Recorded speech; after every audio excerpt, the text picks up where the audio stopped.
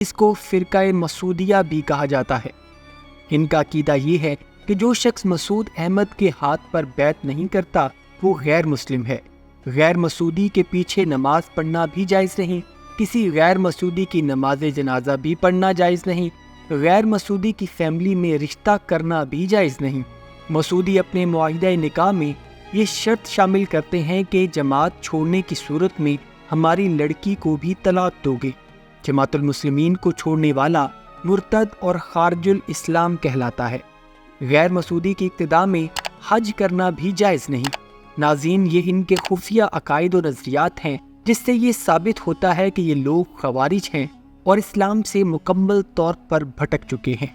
ये लोग बाकी मुसलमानों के ईमान के हवाले से काफ़ी सख्त रवैया रखते हैं और उनको काफिर मानते हैं और इनके अकायद और नज़रियात काफ़ी हद तक कादियानियों से भी मिलते जुलते हैं।